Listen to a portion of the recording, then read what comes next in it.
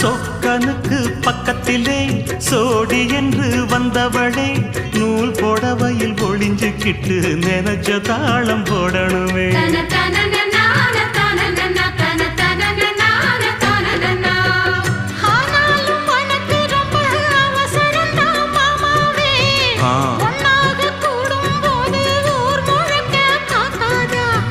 பார்த்தாலும் தவறு இல்ல பனியுறங்கும் ரோசாவே உன்னால சொத்த வச்ச மூக்குலதான் வைக்காத